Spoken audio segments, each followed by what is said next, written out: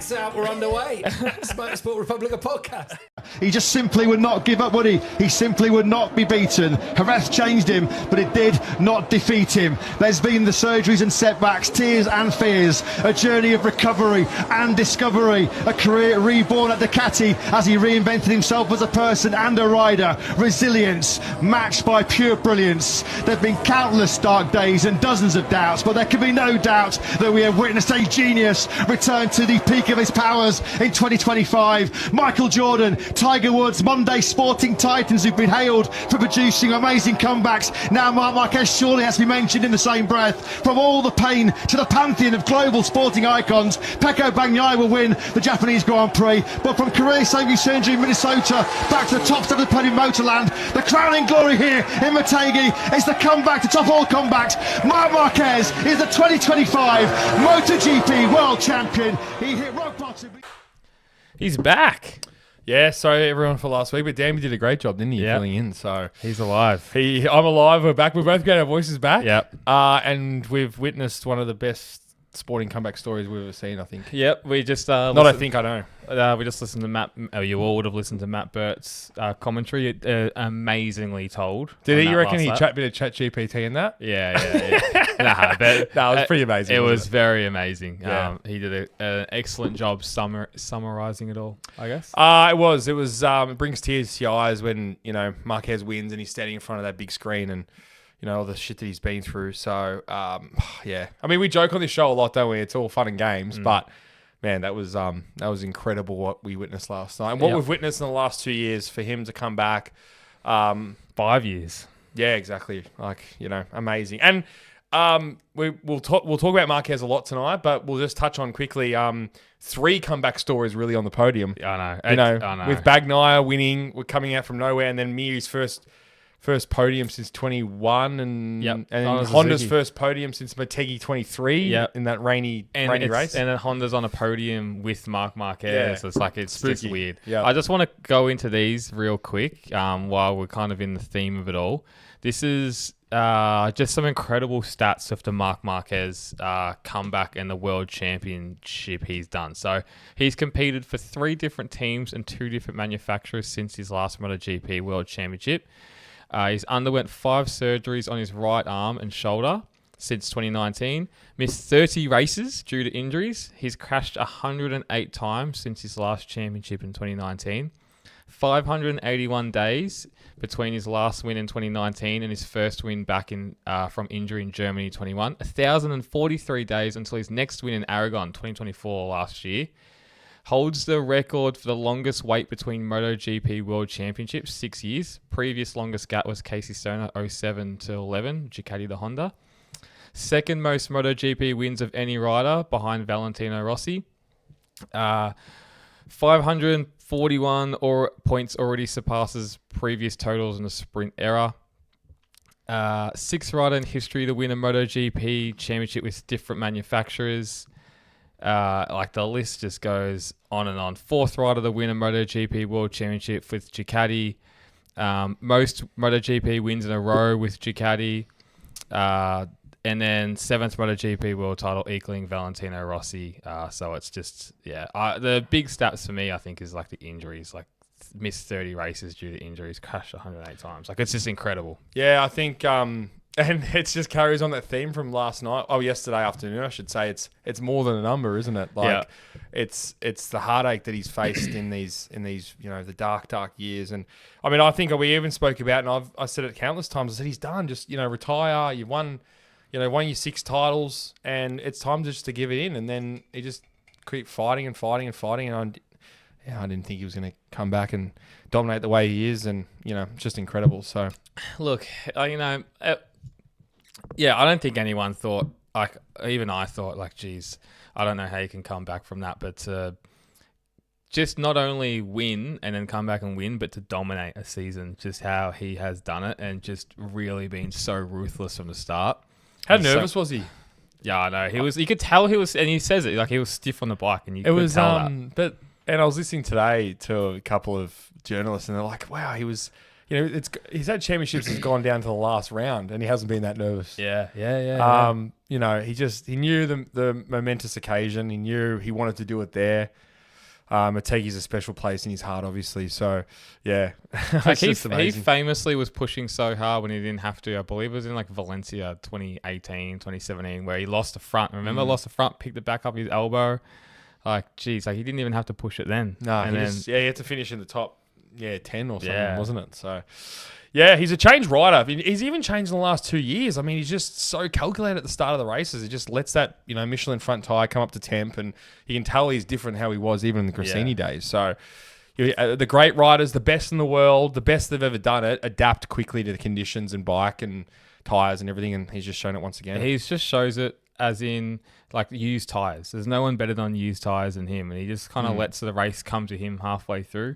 And as you said, adapts. He's missed 4 years of racing where MotoGP has changed significantly. Let's just say 4 years, because he was on and off from 2019 to 2024. Let's just say on Ducati. It's changed dramatically for aero and electronics and ride height devices. And then for him to adapt the best out of everyone in the shortest amount of time is no wonder. Yeah. And then to adapt this 25 bike that looked hard to ride, and maybe it's interesting, and we'll touch on Bagnaia shortly, but going back to more of a 24 spec machinery for the weekend's obviously done him wonders. There's a lot of talking points in tonight. But it just shows you how difficult and that 25 bike must be. I mean, it just shows he's gone back to that. Yeah, we'll talk about it. We'll talk about it shortly. Yeah, we'll go to it. Shout out to motorheaven.com.au, our partners out there, and bikeheaven.com.au. Check them out. They are the best in the business. We say it every week, but it is true. Get all your best accessories, motorcycle accessories, Shoei, HJC, Alpine Stars, Tom Dine Easy, AGV, Liat, Dirt Road. They got it all. Beautiful. LS2. Beautiful. And guys, loving the love on Instagram and YouTube's been fantastic. And please, if you want that extra chat, that extra half an hour at the end of every app, please subscribe to our Patreon. We've got more stuff coming in that department. Obviously, James, we are 3 weeks away from our big trip, Phillip Island, and then off to Malaysia. So we've got a lot of content coming up. So, in Australia, specifically in Victoria, October is the motorsport month. Your football finishes the last weekend of September, AFL, and then you have obviously the Bathurst 1000 in a couple of weeks for MotoGP in Phillip Island, and then we're off. And then the Ashes come. It's cricket time, so October is motorsport month in Australia. So get around it. Yep, 100%. It's about as good as it gets for us. All right, let's run through results. So Pecco Bagnaia from absolutely nowhere wins. He's clean sweeps as well. He's fastest lap. And none of it makes any pole sense. And sprint. Doesn't make any sense. Literally, none of anything makes sense to me anymore. It's amazing. And Marc Márquez second, as we touched on. Juan Mir third, unbelievable in the Repsol Honda. Bezzecchi fourth. Morbidelli fifth. Alex Marquez sixth. Raul Fernandez seventh. Fabio Quartararo eighth. Zarco ninth. And Aldeguer 10th. It was one of those races where it really just concentrated on that one man at the front, and we didn't really see much what was going on. But Chantra gets a point. Is that his first point? Maybe it's his second point because he's in the wet. Everyone else fell off. But Chantra obviously beat Vinales, and then who is heavily injured. And he must be on his deathbed. Acosta crashed, but finished in front of Rins, who finished last place. So don't know what happened to Rins, but he got ran off with. I think. Oh no, that was in a sprint. I can't remember what happened to Rins. You didn't see anything but. Might have just been slow. Yeah. Look, there's a lot of talking points to it, but going back to Marc, just incredible comeback. The scenes, the celebration. We got a message from Special Ed. And he messaged us, and it was so true. He's like, geez, I reckon they could have put some budget in for some real fireworks. Yeah, well, yeah. Animated fireworks would be great. I said to you, I loved everything about the celebration, but it just missed something at the end, just to, bit of crash pop or something. The Japanese might be scared of loud noises. Not allowed. But I loved it more than a number. It's all going back to MotoGP and Dorna and Liberty, by the sounds of it, changing the... is it going to be a 9-time world champion, 7-time? Who cares? He's come back. He's won the championship. We've spoken about the last couple of weeks. I like the fact he's a 7-time world champion and he's going to be known as that. So I know there's a lot of other people the other way. You are about the only person that's not that way. Yeah. So again, they're still 9-time world champions. Yeah, but we just refer them to him in commentary, and we actually had a direct message from one of the head honchos at Dornham in the media aspect, and she goes, they're still 9-time world champions, she or he, are still 9-time world champions, but we just referred them to as a 7-time world champion in the media, and, because that's what they are, MotoGP. So, 7-time MotoGP. Yeah.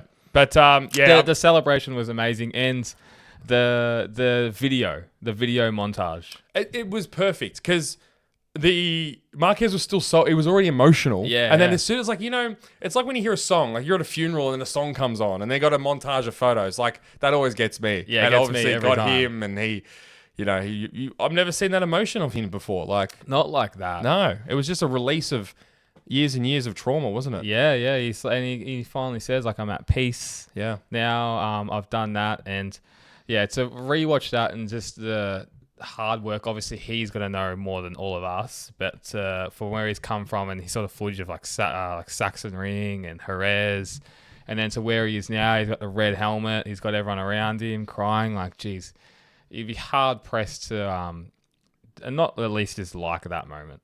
And you were saying that he had no idea that was all going on. Yeah, no, he didn't know anything about it. All the surprise, Yeah. the whole Didn't know that's there was cool. more than number or anything. But yeah, it's a close team, like it just shows after being there he's been there for 9 months, realistically. And He wasn't even a factory supported rider last I year. know.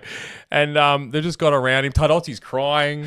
Gigi, He's crying if Marquez just sneezes, Gigi's like, stroking the beard. He's his bottom lips quivering. But yeah, what else you say? I mean, it was just incredible, and he deserves it. And I think if we can rewind our watches back to that dark day in 2020, I mean, and the other thing is, James, he had a lot of problems with his shoulder before that. In 2018, 2019, he had shoulder surgery as well. Not a lot of people realise that. Yeah. He had post-season shoulder surgeries in both those years, and his shoulder was absolutely cooked.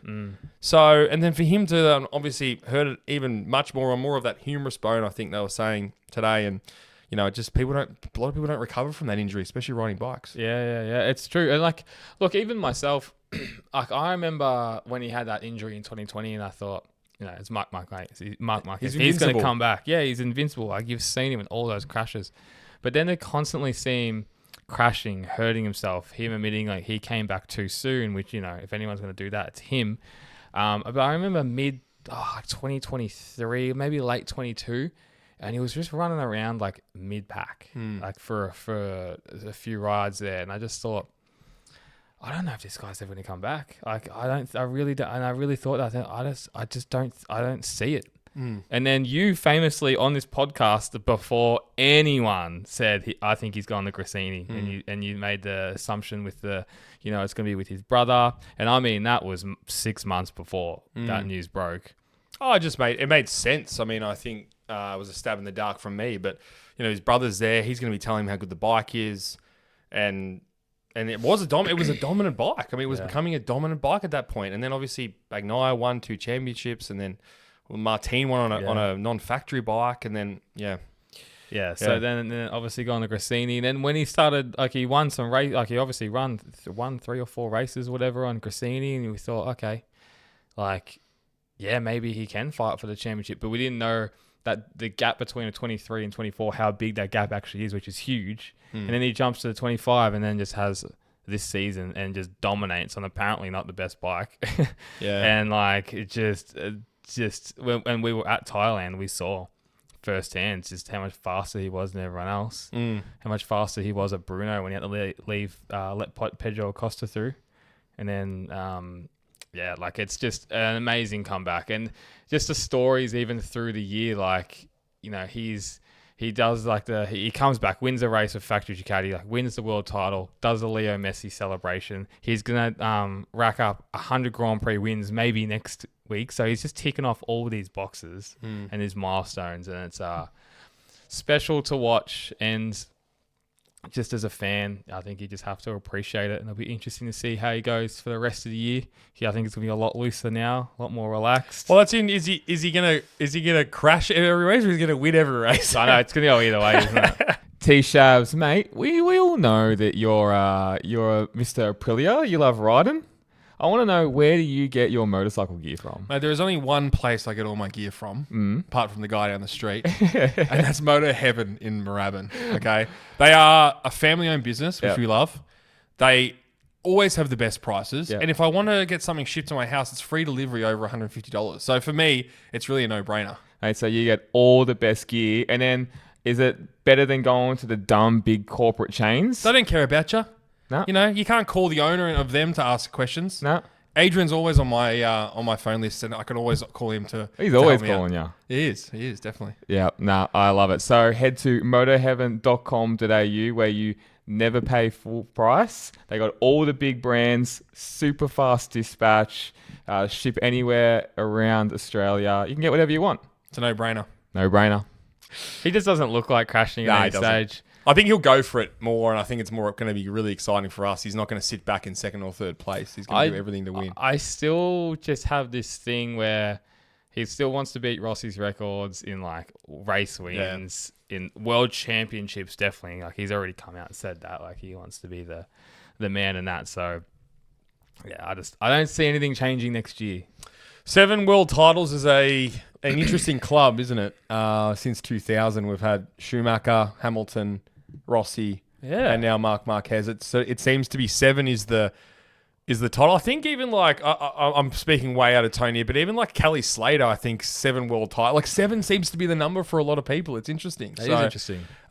Since 2000, since we were little kiddies, we've had these 4 huge names in the sport, and it's sort of it happened the same situation. So it was like, I don't think, Hamilton and Schumacher ever fought on track, or they may have a little bit in those earlier days when Schumacher went to Mercedes. But like passing of the baton, realistically, isn't it? Like it's similar eras, and now they're all on 7 titles. I mean, who's the first person going to get to 8? I think. Like if he's come back from all that, like I'm putting my monty on. Yeah, I think I'm putting my money on Marquez rather than Hamilton winning a title first. So. Yeah, especially with what Ferrari's doing. But anyway, Well, I don't want to jump in here, but Hamilton may miss Singapore this weekend. Yeah, for the dog. Because his dog's sick. I mean, I don't know how people at home feel about that, but I'm sure there's 50-50 people are like, what the heck, that's crazy. And the other 50s, no, it's his dog. It's part of his family. But I'll let you guys have that discussion. Yeah. Sit on the fence like Switzerland, World War II. Yeah, I got no opinion on that. I don't really care. I don't have animals. No. Bagnaia, bro, I just don't understand. I don't understand at all. So he's gone back to the 2024 forks, swing arm, and the older seat aero. Yeah, rear aero was completely different back to 24. Rear aero, sorry, yeah. So like, okay, yes, it's. I still don't understand how that makes such a massive turnaround. like 30 seconds turnaround in a race weekend. Like 30 seconds better than he's been. Like it doesn't make sense. And everything has been an issue for front end. Yeah. And he's on the hardest front end track there is. Yeah. Because it's so hard on the brakes and then just dominates. Yeah, it doesn't make sense to me either. It reminds me of Lorenzo Mugello 2019. They just changed the bike and now he's winning the race. I mean, he was nowhere, Lorenzo. I mean, nowhere. Mid-pack, nowhere, and then just flipped a switch. I mean, I don't think we'll ever get it. I don't think we'll ever understand it. This will be like, we're going to stand here in 7 days' time, sit here in 7 days' time and talk about the race. And if he's put on a great show in Mandalika, which is a completely different circuit, then we can start asking massive questions. Is Motegi just so different? Yeah. It's all about braking, up, like sitting upright braking as well. A lot of there's not a lot of trail braking. It's just like pull the throttle as hard as you can, tip it in, get on that throttle and get out of the corner, which is his strength. But he's not dominated he hasn't dominated like that at Motegi in the recent years anyway when he was dominating. Well, he won the sprint and the main race last year, but he looks pretty untouchable. Like he got the typical Pecco Bagnaia start, pulled a second lead real quick and then managed it to, a 2-second lead or whatever it is. Yeah, it's a good point. I mean, the year before that, Martin won, but Yeah. I do remember that was in the wet. So, and then obviously Marquez finished on the podium that year, didn't he? So, yeah, it's interesting. I was trying to find this today, James, but what's the go with the smoke? No, there's nothing. I guess they're never going to come out with it though and tell you what it is. Was it dying? Do you think? Was it on its last legs? Everyone is assuming it's just an engine that's on its way out. See, that does not happen though. You don't see blue puff smoke and the bike keep going. I've seen it, but it's the Italians fucking rare. The Italians are at home going sabotage. There's that many, sabotage. There's so many hot takes. There is so many hot takes about that. Curtis, what do you think, It was mate? like the most tense last 10 laps of that race just because of the fact we're wondering if that bike was going to go from smoking to fire. I was waiting for it. Gigi's face was saying it all. And dumping oil because then all over the track because Marc didn't want to be behind him because he's like, I'm the guinea pig straight out. And he said that. He's like, I didn't really want to be following him but I wanted to finish second because I wanted to be a 1-2. But like if that dumps oil, you're not really going to, you'll see him blow. You don't know where the oil is going to be. And then I was just wondering if they just chucked in too much oil and that was just the exhaust sputtering it all. Yeah, out. I agree with Curtis because I think it was only on high lean over points and then out of the corner. It was corner exits. It was when he was putting the throttle. It was when he was putting down the throttle because even he said in the last 3 or 4 laps he was starting to lose power. That's when it was smoking. Yeah. But I don't know. I don't know how a MotoGP engine works. They're not going to tell us what that means. I noticed most of the big smokes happening in left and rights, going from left to right essentially in the last few corners. Is when you notice a big puff of smoke. There was, nothing. going on to the front straight. Yeah. But it sort of started and went away and then came back even worse. I mean, it's just it's an engine failure waiting to happen, but just didn't make sense. It just didn't blow. How do you do 15 laps on a engine that's about It was to blow? wild, but it just made for cinema. It made for cinema. Yeah, it made a boring race a little bit more. If it wasn't for Marquez winning the title, Pecco back, it would have been just a stinker of a race. And me actually doing something on the Honda, which was awesome. But just with Pecco, yeah, you're right. Now these flyways going to Philippon, going to Mandalika, and these tracks. That's going to be the real test because if he's quick there, then, and there's all these messages why didn't he figure this out earlier? Well, they have been trying things, but it does seem really simple, such a simple fix for this massive gain, which I don't understand. Well, it probably was that there was probably 1,000 different answers that could have been the right Yeah, one. of And they were course. trying to figure it out. And then Stoner came in and said, may need to fix this, this, and this. It's been a few more races after that, at least. But Pecco Bagnaia did see a bit of improvement. Misano test, they figured it Yeah, out. they kinda He was figured it quick out. in Misano test. Is where that's where the changes were made. And I reckon now that after the results from Motegi that just happened, they're probably going to lean more towards whatever direction that is, essentially, and kind of improve it in those areas. Well, they got that base now, but Yeah. they're working now towards that GP 27. The Yeah. 800cc bike. They've Yeah. they're hardly putting anything into next year as well. Yeah, because So- we know it's just going to be a shiny 24 bike that's going to be rolled out next year by the sounds of things. I'm still not sold on Bagnaia though. Not after one round. I'm not sold. If he only won the sprint and didn't do the race as well, then I would agree with you. But the fact that he did it again and again and then was able to get up to 4 seconds distance between himself and Marquez, although in fairness he was behind Acosta, but it was able to make a 4-second gap in the lead. He was unchallenged. He was never really Yeah, behind he at was. any point in the weekend. Yeah, either. There was for no sure. challenge But at all. Any practice session, any qualifying session, yeah, he topped was FP1. not- Never yeah, happens.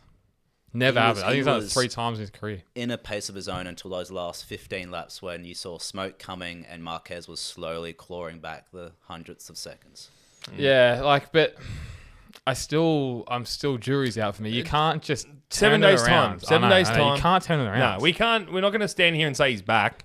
Where we'll just put on ice. And there's been a few false dawns. Oh, I am 80% confident he'll probably have a podium at Phillip Island unless there's a crash. Philip Isle. What about Mandalika? Second or first, maybe.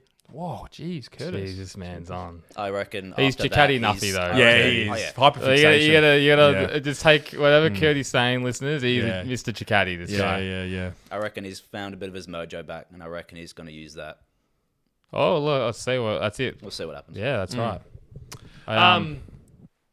Thanks, Curdy. Yeah, I mean, I think it was funny with Pecco because he finally wins, and then it gets fully overshadowed by and I'm watching it thinking they have not even shown Pecco on the TV, and Marc Márquez is on the main straight, lifting up the trophy. I'm like, yeah, I thought that was quite unusual, but I mean, poor Juan Mir as well. Finally gets back on the fucking podium, and no one knows. Yeah, I think it was just such a big occasion, wasn't it? Oh, it's fair enough. Like I get it, and I liked it. I actually thought it was quite good, and I liked the stage setup, and the confetti was a wrong color. I don't know why they did white. Like it should be red. Like they could have. They had 6 months of planning. For color of they do Japanese. They don't like the bread, James. Color of blood. PTSD, man. They should have said it should have been red and white. Color of the Japanese flag as well. Everyone would have been happy. Red. It's like the grand final in football. Yeah. My autism like hooked into that. Yeah, one. talk about hyperfixation. Yeah, very, very much. But like I thought the actual thing, him doing the trophy there, getting all the team around him, getting the photos. I thought with the confetti, like I actually did think that was spot on, and I think that's how you should be doing it. Like I kind of feel bad for the guys in Parc Fermé because you don't get to see that. Maybe they could time it maybe a little bit better, but I just thought. Yeah, it's he's won the world title, and it's the biggest name in motorcycle racing and almost motorsport right now. Like you're gonna put all the TV cameras on him, aren't you? Geez, first time in a long time, and you're probably gonna answer this because the autism. When has 3 world champions been on the podium together? Man, MotoGP world champions. Lorenzo Rossi and Stoner maybe back in the D-Day. Nah, there's a photo. It's getting put up. It'll be up by the time this podcast is just about up, and it's Marquez, Rossi, Lorenzo on the podium in 2017. Yeah, in San Marino. Yeah, I think you're right. I think it might be San Marino. But not anywhere. I don't think in the 2020s. Maybe was there a podium where it was Mark, Fabio, and Pecco but I don't think so. No. Yeah.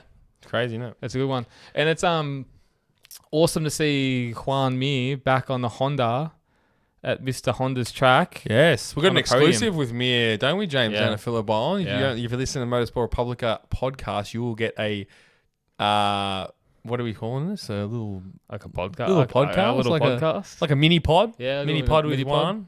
He's approached us, so yeah, super excited about that. And tell us how he's been in the last couple of years, because he must have been down in the dumps. I mean, Honda, even call it 12 months ago, 18 months ago, was like, where do you start with it? It's deplorable, yeah? Like, they were just nowhere. And then you look at Marini and Mir's career going, oh my God, this is going to finish, and they have nowhere to go. Honda's leaving. Like, it's crazy. They'll come back and had a podium. So podium, which is awesome great to news. see. And it's great for Juan Mir. And I think I've been saying this whole time, like, everyone's been pretty harsh on him. Like, if he's been crashing, I get it. So many crashes, but it's been at like 5th, 6th place. He's started to get some top sixes, and he's had a legitimate 4th and a legitimate 3rd. Yeah, that was a legitimate 3rd. Like, he obviously Acosta just ran out of tyres and then ran off at the end, but legitimate 4th, legitimate podium, and great form that goes into the flyways. I think it's so important to have a good race this start of these few weekends away, because it just builds momentum. Yeah, and it's just crazy that HRC was on the podium when Marquez won. Crazy. I know, that's the thing. Like, you got a HRC, Santi Hernandez, and they're all hugging Tardozzi because they're all waiting on the podium. Yeah. Like, I know. Amazing. It's just God doing great, crazy things. Racing gods. Just back on Mark for 1 second. This has been a big story in the papers today. Mick Doohan or Marc Márquez, better comeback story. Yeah, well, we've had a lot of comments on that. Because we have very quick memories here. Yes, Mick Doohan almost losing his leg is unbelievable. Unbelievable. The one thing that separates it for me is Mick at that stage hadn't won anything yet. So the drive is there. Mark was already a 8-time world champion or whatever it is. 6 times. I agree to disagree. But he's already a multiple time. So there wouldn't be any drive to come back like he did. That is such a good point, because that is the determining factor, because he can hang up his boots and have a Hall of Fame career. Hall of Fame career he can have. But no, he comes back, 5 different surgeries. 108 crashes, whatever you said before, comes back, crawls his way through the hard way back to Ducati. Has to go through the junior team, we'll call it, and then to win a championship. Takes a massive pay cut, loses 20 mil. Massive. Loses Red Bull. Yep. So like allegedly. Yeah. So like the sacrifices made when there is like, it's not like he hasn't won a title. Where Mick hadn't won a title again. Like, it's so different, obviously, and it's hard to really compare them. But if there was any separating factors, it would be Mick hadn't won anything yet, so the drive might just still be stronger. Where, as you said, Mark can literally hang up the boots and be on Mount Rushmore motorcycle racing. But to still come back is incredible, and do it the hard way, that hard way. Yeah, I think you've hit the nail on the head there. Well done. We got to talk about Jorge Martin as well. Yeah, I wanted to talk about this. So he's snapped his collarbone in half, basically. What was that move, man? I don't know. Misjudged it hard. And yeah, we've had plenty of. We'll go through the hot takes later, but I mean, there's a lot of anger in the community because he's taken Bez out. There's no apology to the team or to Bez, and crashing's become just a part of. What did Sandy Hernandez say? Part of his personality. Did he say that? I didn't say that. Yeah, no, that was our hot take. Antonio Fernandez, I thought you meant the actual. It's like, whoa. I'll get it up later so we can give him the official. But for me, it's he's just so disappointing. We're not going to see him. We're in Thailand. We didn't see him. We're going to fill a bowl. We won't see him. And he's probably not going to be at Sepang either because it's a week after. And he just needs to calm down. Just calm down. Get to the end of the year. Get a few points under the belt. Get your ride fit back up. Don't do stupid banzai moves into the hairpin front first corner and then take your teammate out, brother. That's fighting for third in the title. And he's broken, and like it just he's off the bike before the corner. He's off the bike. Yeah, he was. He just royally fucked that up. Like royally misjudged it. Man, his stocks are plummeting in just probably the rider market, the fan market. Like he just is Jorge Martin. It has to be the worst, most disappointing title defense of all time. He's won that at least. Yeah, you're probably right. I think. Yeah, there's nothing. I've never seen a worse title defense besides maybe someone retiring. I don't know. Recent memory. It's deplorable not to. He's not gonna finish on the podium. He's not gonna get. Is he gonna get a top? He finished fourth, didn't he, in Hungary? But yeah, I mean, just absolutely terrible. Terrible. Like a massive injury in preseason testing. He comes back. Massive injury. Which kind of wasn't his fault to a degree. And then finally gets back to some sort of form. He writes an Instagram post at the start of the week saying, my year starts now. Yeah. And then crashes in the first corner. He's sliding. Yeah, I know. Towards the bikes into the first corner. I mean, he's royally fucked that up. And then, as you said, banzai's his own teammate from the clouds. Like, take out anyone else but your own teammate fighting for third in the title. The fuck thing is about that. He's starting, 15th or something, and then Bez is up there in 6th. He still takes him out. I know. Like, that's how crazy. I haven't seen it. I mean, there's been some stupid moves, but he wasn't even squeezed that much. Like, you normally get squeezed into that first corner. He just completely outbroke himself. Where you have to be going slower into that corner anyway because you're going in so tight. I think he just grabs too much front brake, doesn't he? Loses the bike, tumbles, and then flies off. But yeah, I mean, it happens quickly. It's easier said than done. It's easier us giving him shit from the table here. But yeah, it's just in MotoGP rider, you've had a terrible year. Just stay on the bike. I know. Support your teammate. Stay on the bike. Broken collarbone, man. Like Bez is chasing down Bags. And Bags wins the race. The worst race you could possibly take him out. It was a shit weekend for Aprilia though because they were crashing, both of them, in all the practices. Yeah. Like they couldn't qualify. Like it was just a shocking weekend for them. Jorge Martin shouldn't, but he's going to have some pressure on his shoulders for next year. Well, I mean, he's not going to be the reigning world champion. I know. He's going to have to. Marco Bezzecchi, as we all know, has really stepped up. The team have really gotten around him. Raul Fernandez has stepped up. I know. Raul Fernandez is finishing top 7 every race. We don't even talk about him. I know. Like, he's had an unbelievable last, 4 months. Yeah. So, and look, I'm not saying that Raul Fernandez is going to go into the factory bike, but there's so much talent coming through. And if it's more of the same this next year, which it won't be, but, the pressure... the pressure will be coming.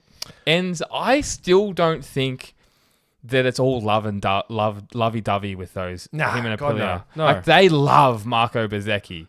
They love him. Like, he is Aprilia. He has been so stable. He's given him all the results. Dude hasn't complained. He just does it. And he's won races and he's taken it to Marc. Where, like, Jorge Martin has just been, like, the black sheep. He's the troubled child. And he's also probably getting paid double what Bezzecchi is. Fuck yeah. And then, like, just for everything that's happened, there has to be some type of resentment there. It's like, as I said, it's like if your missus cheated on you and you chose to stay with her. There's always going to be resentment there. It's the same thing. It's always there. Yeah. You know, so, like, I don't see Jorge Martin on an Aprilia in 2027. I think it's very slim. I think they'll get rid of him and put Igura maybe. Oh, who knows? Yeah. Anyone. Yeah, that's the thing. They're a small team. They're a small team. They're paying this guy big dollars. They got young talent coming through. Bezzecchi's shining. He's a shining light for that team. So they can say to themselves, we're going to just full go Bezzecchi, the Italian. Let's follow him to the tee. We'll put a young kid on that bike, that second bike, and we'll have a great outfit going through the new rules in 27. Or pay Quartararo money. He's gonna have a free contract.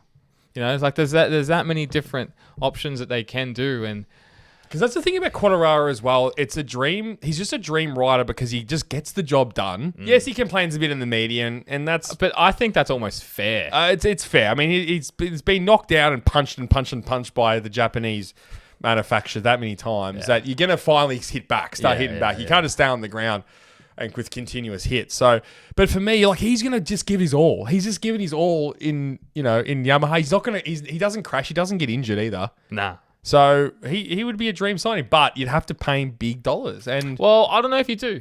I think he's been paid the money, and now I think he just wants to win. He's banked. He's banked up. Yeah, I think he just wants to win, and I think he's seen what Marquez has done, and I'm sure he's going to want to get paid. But I think at this point, if Yamaha's not doing anything next year, then he's happy to take a pay cut to start winning again. Can Aprilia be a world champion, though? Like, is it a world champion bike? Can it really be better than the Ducati?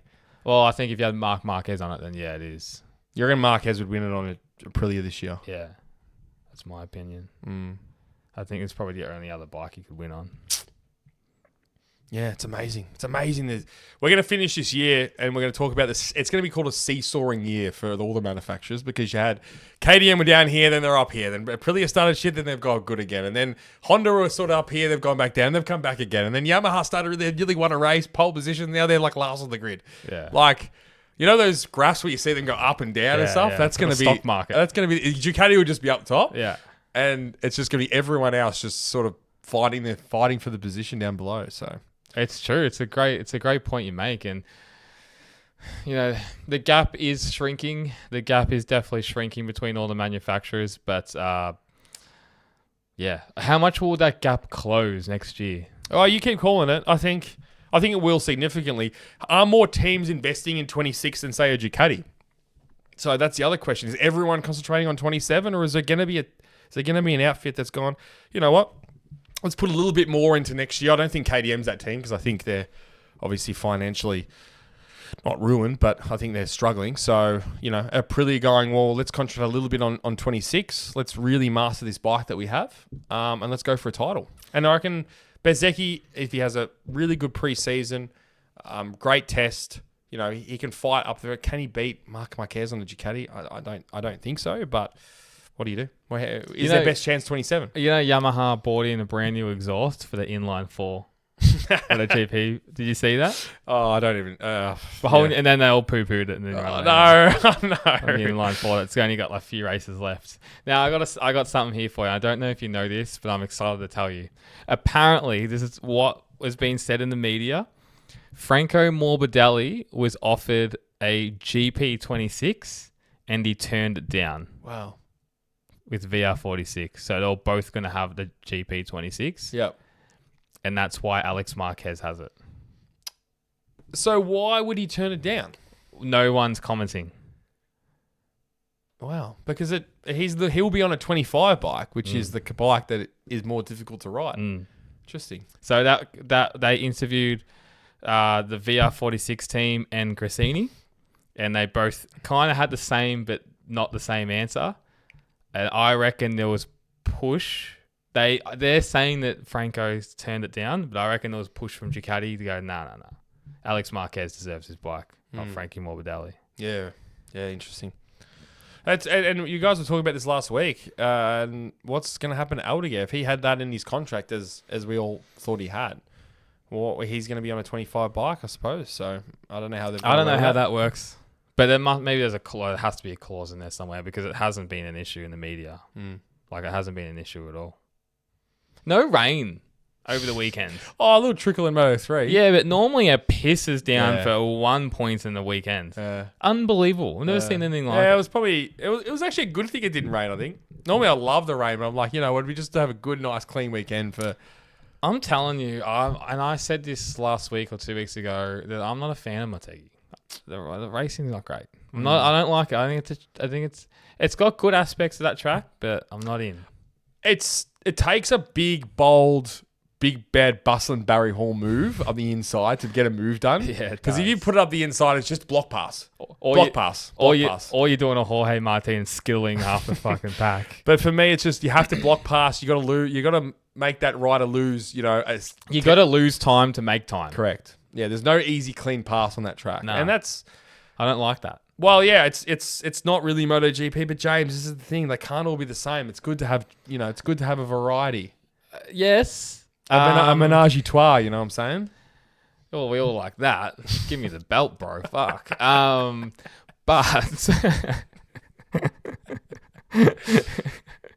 But I'm just a slut for good racing.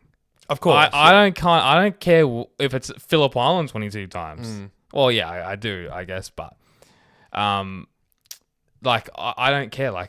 And this brings me to my other point. Because Marquez has won now, do you think people are going to be turning off watching the rest of the season? Because for me, as a fan, and maybe I'm just a super fan, I can't. Yes, it matters, but as long as there's a good race, I don't really care if the championship's up for grabs or not. Yeah, I think we're such fans that it doesn't matter, but I think it does matter in the community. Like the person who sort of is just on the brink of watching it every weekend, does he really worry about it as much now? I think it does affect. I think it definitely affects the crowd numbers. A lot of people coming and feel, why would I come down? The championship's done. From our point of view, it doesn't make any sense. It doesn't make any sense, and I'll never understand it. But I'm just telling you that's the fact. Yeah, I think you're right, but I just would like to see good racing no matter what. Yes, if the championship's tighter, it is better. It's better to watch. It's better to go down. I understand that, but if it's just good racing, I don't know. I think it's just. Yeah, you should be happy if it's just a good race. Yeah, I think they'll get big numbers at Valencia. Obviously, they missed out last year, so I think there'll be big numbers at Valencia because that's always going to be the Grand Prix. If it's all over Red Rover, they might get half the crowd, but I think people will turn up there. Phillip Island had 90,000 people for the weekend at Motegi, which doesn't seem like a lot of people. There's still a lot of spare seats. I know it's a hard Grand Prix to get to, but the Japanese normally do turn out. Mandalika, who knows what crowd numbers? Portimao later in the year. That's the second last race, isn't it? Portimao. Yeah. They both Portimao than Valencia now, don't they? Yeah. So, because still a lot of racing to go. I know. I mean, it feels like the season's finishing, but it's still a lot of racing to go. Yeah, so 5 more races still. Yeah. 5 more sprint races. So, God, he's wrapped it up early, really early. Yeah. Again, it's crazy. He only needed 17 races to win a championship, where you've got still 200 points available. So, you have 200 points available. So yeah, for me it doesn't matter, but I guess I can understand where it does for other people. But as long as the racing's good, who cares? Oh, exactly. If every race was like 2015 Phillip Island, I was watching the race with my missus yesterday. She goes, "What do you mean? He didn't win. He won." I said, "No, he won the race, but Marquez won the championship." She goes, "Oh, that's it then. You're not going to Phillip Island now?" I said, "No, we still go." She goes, "Why would you? Who cares? The championship's over." That's so funny. And I'm like, interesting. It's a different point of view. Yeah, where, that's funny.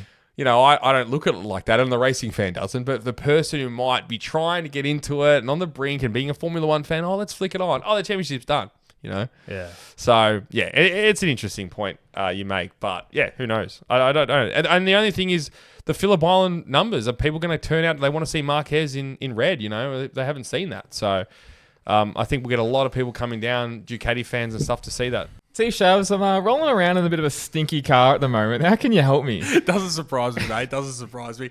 James, I have the product for you, my friend. We have Motorsport Republica air fresheners. All your favourite drivers and riders. So Marquez, Rossi, Lando Norris, Oscar Piastri.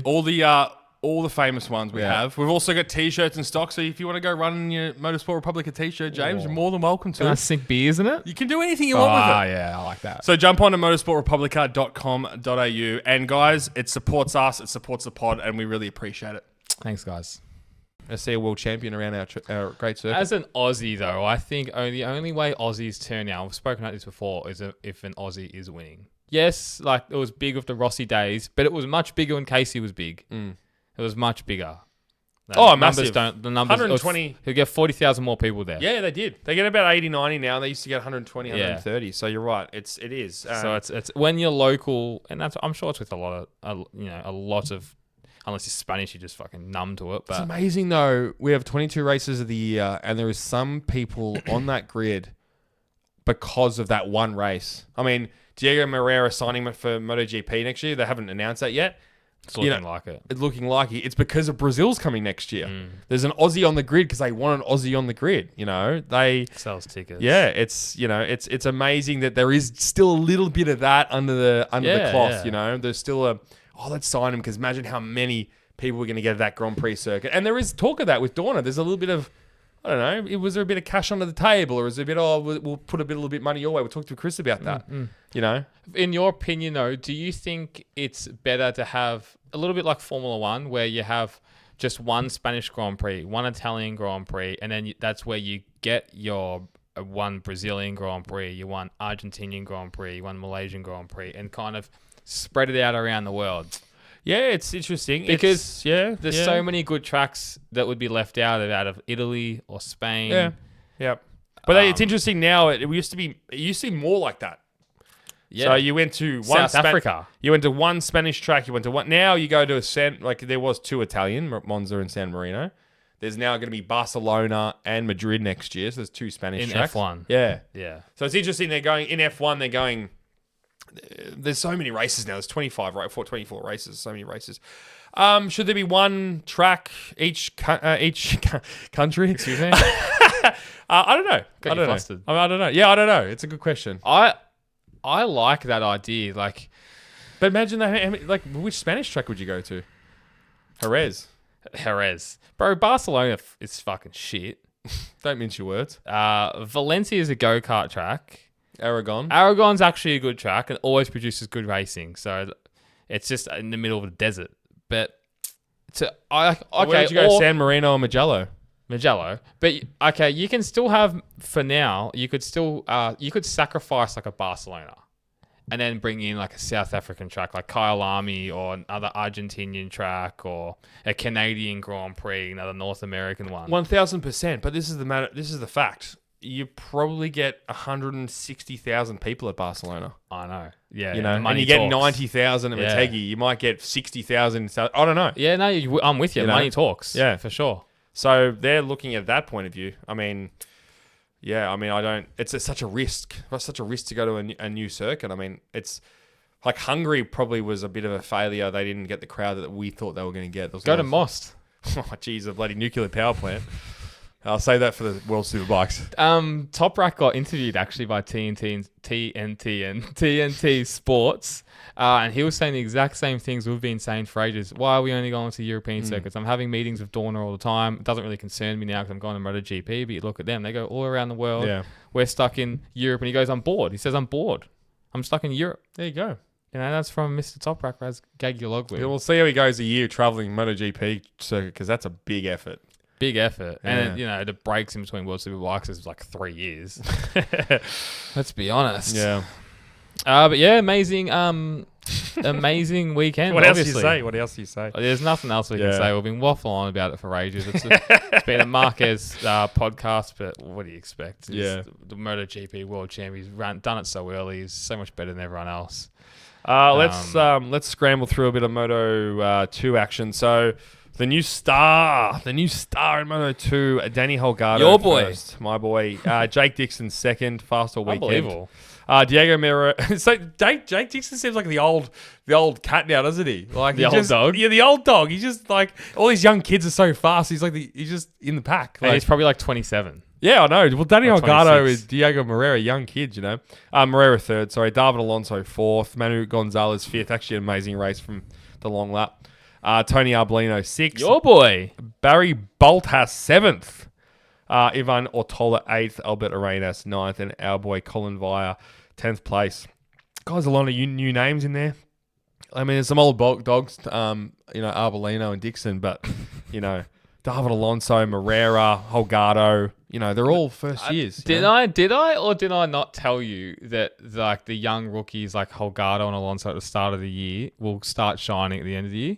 Constant top fives now. And Holgado has proved everyone wrong. Like I didn't expect him to be going so well, but Danny, for his first year. Danny Mr. Aspar, Jorge Martinez called that. He said, don't sleep on Holgado. We're talking about David, but the people don't understand.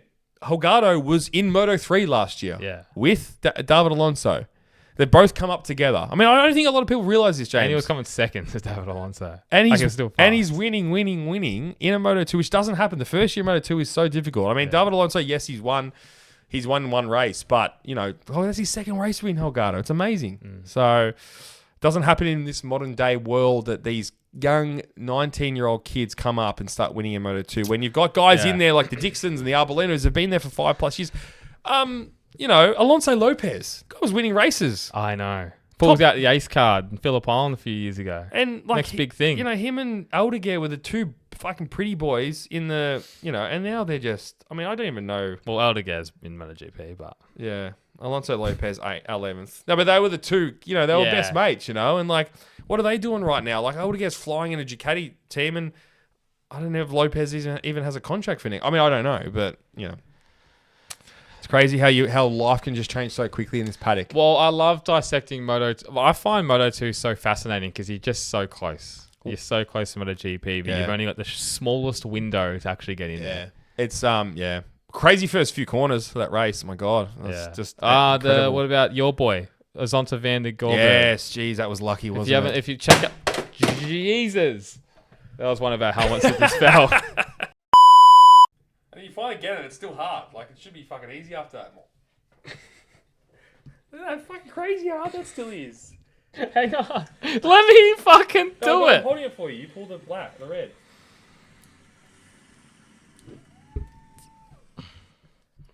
Yes. Doom's gone. Yes. Not look up. Sorry, just had a bit of a... We haven't had a bit of a muck up in the while, have we? Well, I don't know if we're going to put this in the edit, but the helmet behind us, the helmet on the left fell off the wall. Sabotage. Katie? Oh. Go on. Fucking the history of Rossi and that helmet was like just too flabbergasted about the whole 40 minutes, and he just decided to drop off. Yeah. You're right. It was spooked by talking about Marquez so much. That's funny. That's wild. that? So Zonta van der Gorber, he actually had a brake failure and actually jumped off the bike in the third corner, which wasn't caught on the telecast. But yeah, it was incredible. What he did to get that bike off as well was unbelievable, and a great effort to him. So, and to not take out anyone. Did you say that? Oh, dude, like, he could have killed someone. I know, crazy. The bike was going just as fast when he jumped off than he was when he was on. So, yeah, pretty wild. Talk about David Alonso as well. It's funny how he is so small and tiny on the bike that it takes him so long to get those tire pressures up. He's always so slow in the first few laps, and then he really comes good in the last push because he's just can't hold his tires. It's so interesting that. Give him the T-Shav diet, puts on some muscle. Well, it was like a Danny Pedrosa. It was similar back in the day. I mean, just had great late race pace. I mean, it's do you think it's only due to his weight, or is it more riding style? What are your thoughts on that? It could be a bit of both. Weight is a massive factor because you can go either way. You can be Scott Redding as well and be almost too heavy. Yep. You kind of got to be a sweet spot, which is like a Marc Márquez or a Jorge Lorenzo back in the day. But look, it's probably just going to come with time, with riding style as well. But you can work around it. And remember, Danny Pedrosa also won 125 and a double 250 world champion as well.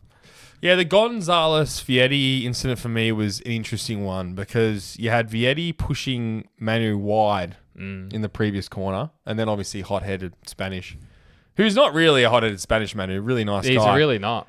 Went for that sort of, inside line and knocked the handlebar and off he went. Yep. And then obviously got the long lap. But it's funny, I was thinking about you and this, and I was thinking Vietti's come from behind, sort of push Manu wide, and then Manu's had and tried it back at him and then knocked his handlebars. But I'm like, it's racing for me.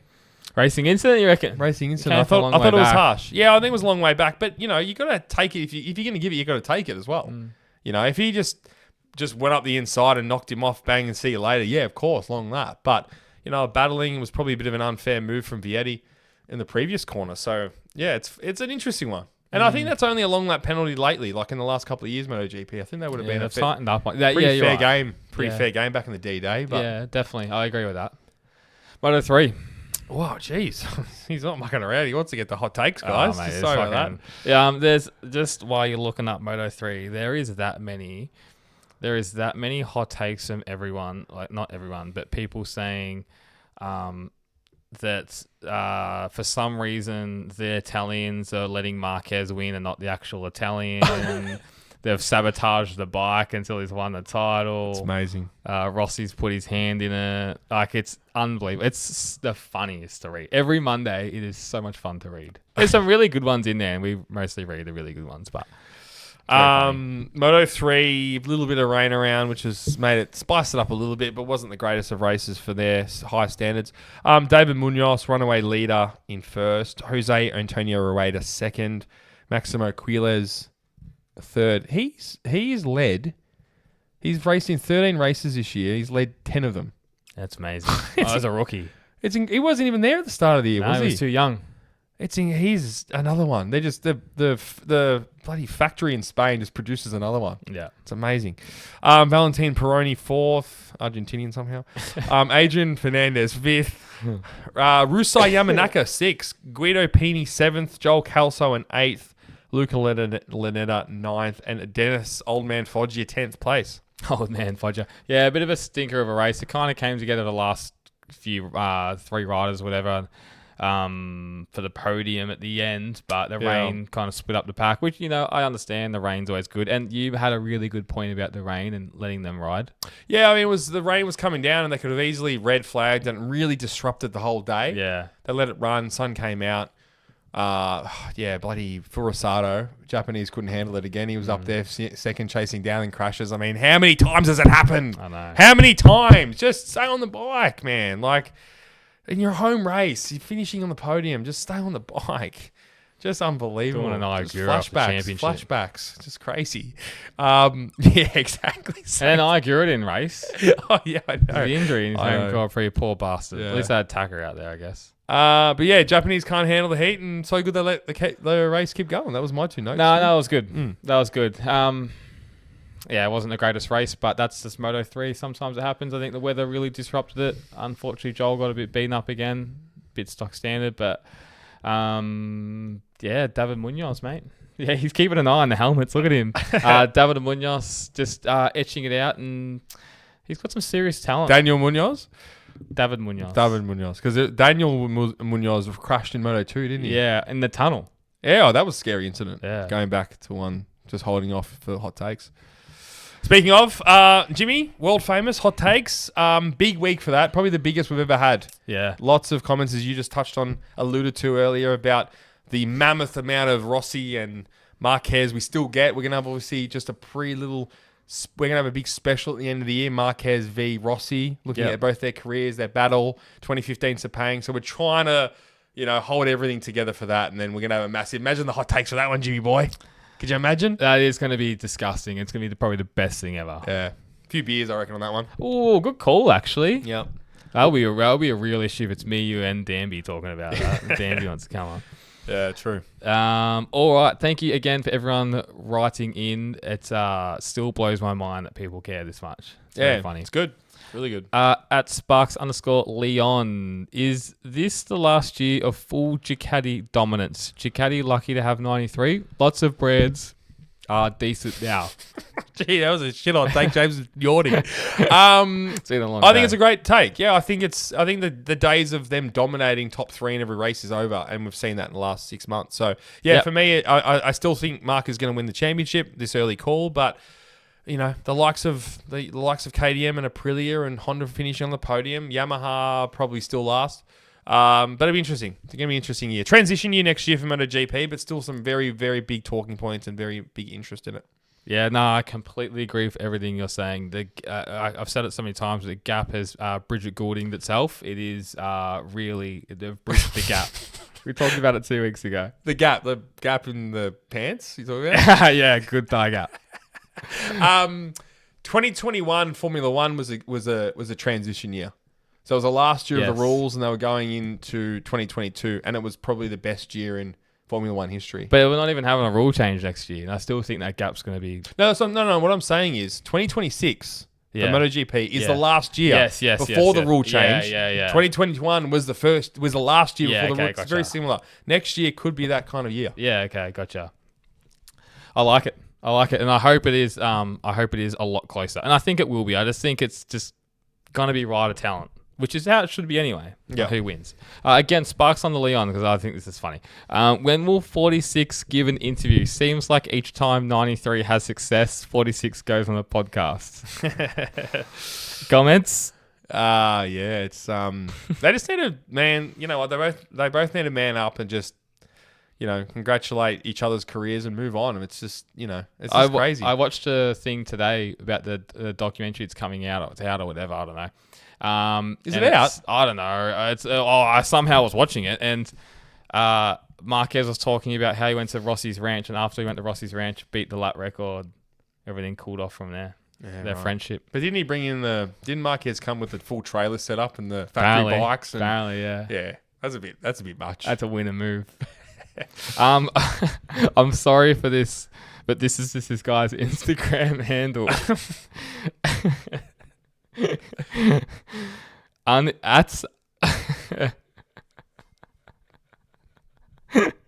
At uneven ball sack 2. Do you think mine drops a little lower on the right as well? Do you think Marc will let Alex win some races now he's got the championship? I don't think so. I think that's ridiculous. That won't happen. No. That definitely won't happen. No. At Paul Ryan _ not much of a teary guy, but fuck me, Marquez post-race had me choked up. I think it had everyone choked up. It was one of the probably most special celebrations we're probably ever going to see. At Jeremy Moran 7, has Mir found something on the Honda, and has he proven himself worthy of a world champion? Now I think he's already a worthy world champion because he's won a championship. No, he's not a worthy world champion at all. That's crazy. And he definitely has not after 1 3rd place. No. He's definitely a worthy world champion. Go back to that 2020 season, James. They were just crashing. As soon as someone got in front, they just crashed. Yeah, but he didn't, and he won the most points, and he won the championship. Yeah, always an asterisk, but Marquez was out. Look, if Marquez was in, he would have won the world next 4, but he wasn't, and he won a Suzuki, and he won it fair and square. Quartararo lost that title, so 2 big asterisks from that year is that 2020 Mir, and then Richmond winning no asterisks on any of them, obviously. He's a worthy world champion, but I think they've still found something on the Honda, and I think they're not doing a Pecco Bagnaia and just finding something miraculously, which I don't understand. But they've slowly built up to this point, and I think that's the better way to do it anyway. So I think they have found something. Now, is it going to translate to every track? I don't think so yet. At Scott Kelly Racing Oz, Marc onto the hybrid 24-25 Pecco used for the rest of the season. All out street fight. That's going to be an interesting call if that happens. Yeah. But why would Marc change a winning formula? Yeah, I don't. And we actually alluded to that earlier in the pod where we sort of touched on that, and I was it's been sort of cogging in my mind thinking, will he do that? But why? I mean, he's dominated this season. Why would he change? But, if Pecco comes out and wins this weekend, will he think about that for Phillip Island maybe? Be on his mind. It will be on his mind for sure until they wheel out this brand new bike next at the Valencia test, which is basically a shiny 24, you're saying anyway. At Zan Martin Jack, do y'all believe Martin can come back and be competitive, or is he done? Love the pod, by the way. Thanks, Zan. Yeah, it's probably half a... we're sitting here talking about Martin being done, but we're also sitting here in 2020 when we said Marquez was done. And look where that got us. So, different kettle of fish completely, but we have That's apples and oranges right there. We have very, very... Yeah, but, it's not... They're still fruits. They're still fruits. I've never heard a comeback to that line ever. The man's just made one. They're still fruits. So at the end of the day, it's... we have very short memories in this industry. And he might get on an amazing Aprilia in 27 and the rule change and he could be back. Who knows? Only time will tell. He's won a world championship. He won a world championship against Bagnaia, at his best. So, let's see. Yeah. Look, I don't see him coming back and winning a title. And I think physically you can come back. I think it's the mental aspect. How many bones has he broken this year? Every bone. Dude, he's broken, I think it was like 8 ribs or something. He's broken his collarbone. God, his body just must be just rejecting everything. I know. And I think just the mental aspect of it is so difficult. And that's what makes the Marquez thing so special. Who's had this many injuries in a year? When's the last person to have this many injuries? Fucking... Probably Pedrosa with that collarbone. Remember that thing was hanging on by a thread back in the day? Marco Simoncelli would look at it sideways and break. Yeah, I was listening to a story today, funnily enough, about Marquez on Oxley was talking about this, and he said that Marquez, they were talking about 2018 when Marquez had his shoulder surgery. Marquez laid down in the bed and they had the anesthetic put on, and then as soon as he relaxed into the bed, his shoulder popped out. It was hanging on by such a thread, his shoulder, that when he had the anesthetic, his muscles relaxed and it popped out. Yeah, wow. It's amazing. Yeah. That's a crazy Marquez story that not a lot of people would know. It's just amazing, isn't it? And they went into a 90-minute operation to fix his shoulder, and they ended up being a 5-hour operation because they cut it open and going, oh my God, this thing's fucked. It's crazy. Wild. It is wild. But yeah, Martin, jury's well out for me. I don't think he's coming back on an Aprilia. I think that ship sailed. Maybe a different manufacturer. But just what a sliding doors moment what a sliding doors moment it is to pick Marc Márquez over Jorge Martin. And Motegi was just the absolute... Motegi was just the... what's the word? It is the word... Like it's... the analogy. What an analogy Motegi was. Marquez wins a title and then Jorge Martin gets injured again. Yeah. That's the two people you picked. Analogy, yeah. Is that right word? I don't know. It's been a long day. Coincidence. Nah, it's not right. This is what happens when you use ChatGPT too much. Nah, don't worry about it. We'll butcher it. Carry on. Butcher it, Curdy. It's called Papa. Moto3, Moto2, Moto2 GP, all boring this weekend. Yeah, there you go. Papa, he's on it. Been quiet lately, Papa. We need you back, baby. And then the next one, he just gave us a dot. That's what's it called? Sign for something. Go on. He's coding. He's giving us a coding thing. Like Morse code? Yeah, Morse code. What's a dot mean, Curdy? You know that stuff. You're always hacking into... Don't worry about it. I'll stop right there. At Frosty.heat. Ducati deliberately gave Pecco a shit bike to get the Marquez World Championship fairy tale. Well, there it is. How many we had last year? Yeah, there's a few. Tell me you're a Rossi fan without telling me you're a Rossi fan. They kind of pulled the plug, but they didn't pull it all the way. They just hung on. Just crazy. If people believe that. Yeah. Did you watch the race with Damo? Yeah. Yep. Yeah, he was saying it. Sabotage. Al Sabotage. Did he give him any credit? Nah, nothing. He's just talking about... Damo's just talking about how good Stoner is because they're mates again. Nah, Stoner, he's actually the most talented. It's unbelievable. Carry on, James. Can't even talk about it. That makes me laugh every single time. At Nicky D3604. Will Aprilia have the budget to stay competitive in 2027? I like that. Well, I touched on that. I think that you're paying all this money for Martin when they're a small team. And, can they pay Ayagura or Fernandez probably a tenth of what they do with Martin and do a better job, arguably, I mean, what you pay for is that raw pace. And you know, Martin arguably has been the best qualifier of the past 5 years. And, you know, if it was round one for him this round, he should have been up there in practice and qualifying. He wasn't. He qualified 15th or something. So it wasn't nothing to do with the race. He put himself back in that pack, and, you know, it's his fault. Yeah, you talked about having two setups, a setup for the race bike and a setup for qualifying, where the Ducati, you could just throw the leg over whatever bike and it'll be fast. So it's different. But it's so hard to pass in this modern day era. You just have to be up there. You got to be in the top 6 to at least have a chance of winning the race. Just about. Yeah, you got to be in the front 2 rows. Yeah. Unless you Marc Márquez proved us wrong in Phillip Island last year. At Maximilian_Ruben, Martin won't be the same rider as we've seen over the past 2 to 3 years. I completely There's lots agree. of loads of chatter on There's my a team. lot. Yeah. There's a lot more than you think. Yeah. At Pewy_89, is Pedro on the KDM? Is Pedro on the KDM the same as Fabio on the Yamaha? Yes. The KDM's a better bike than the Yamaha, definitely.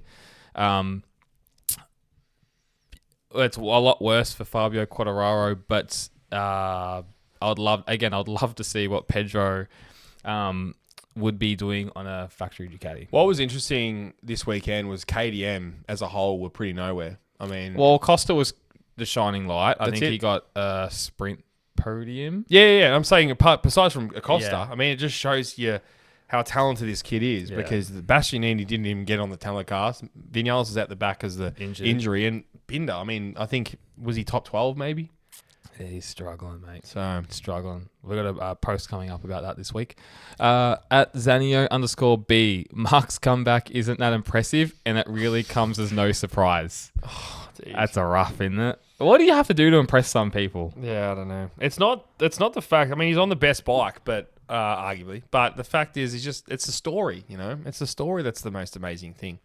It's not a surprise for us because we know how good the guy is. But It's not a surprise he's winning to a degree. Yeah. It's a surprise on how much he's won, the dominance. It's funny though. It is hilarious. Last one, at Bay Bikes. Mum for you, Curdy. Might be a girl. Honda's 2027 bike will rival Aprilia. I agree. yeah, okay, yeah. I'm excited to see what Honda wheels out in 2027. How good is the post-race 2026 Valencian test going to be? Seeing all the new bikes rolled out. Oh, it's going to be... That's exciting. I'll be up for all that 8 hours watching that. Yeah. Well, I mean, we have a reason for it now, don't we? We have to watch it very intently. Yeah. I used to love watching it anyway, even when I was a kid. Oh, it's I the remember, best. Doom scrolling with the test in the background. They go test, and then a bit more doom scrolling. Yeah. It's Best. We've known some good doom scrollers. Yeah. I used to before like, you know, it was all televised. I remember post 2006 championship tests. They rolled in the 800 cc's, and I was so excited as a kid. I remember going shout out to MC News. It would have been like a week after the test. Yeah, they had the articles out, and then it was the first time you could see the photos of the new bikes. So we'd have to wait like a week on the internet, and it was just photos. I remember it was like Nicky Hayden, the black Repsol Honda that had like the little rear seats because it was all changed. And news as the Suzuki's and Yamahas, and like seeing all the rider changes. And now you just watch it straight away. I was watching, you know, a lot of people would be the same. You just had to wait for a magazine or MC News. And I've talked about this before, James. It's like we've lost a little bit of the mystique and the mystery of you know, especially for me for Formula One. Like, we know everything about these drivers. We know everything about their girlfriends. We know everything about testing in the cars. Back when I used to film, like, we used to tape the race on a VHS, it was such a mystery. Yeah. You know, but who knows? I mean, it's for the better. It's for the better. Yeah, in the long run. Beautiful. Mate, I'll you. see you in a little bit, and stay tuned for our Yeah, you will. Patreon Republica extra chats, mate. Yeah. Head over to our Patreon. Yeah, head over and subscribe, guys. Really appreciate it. Yeah, Thank we do. you. Thank you.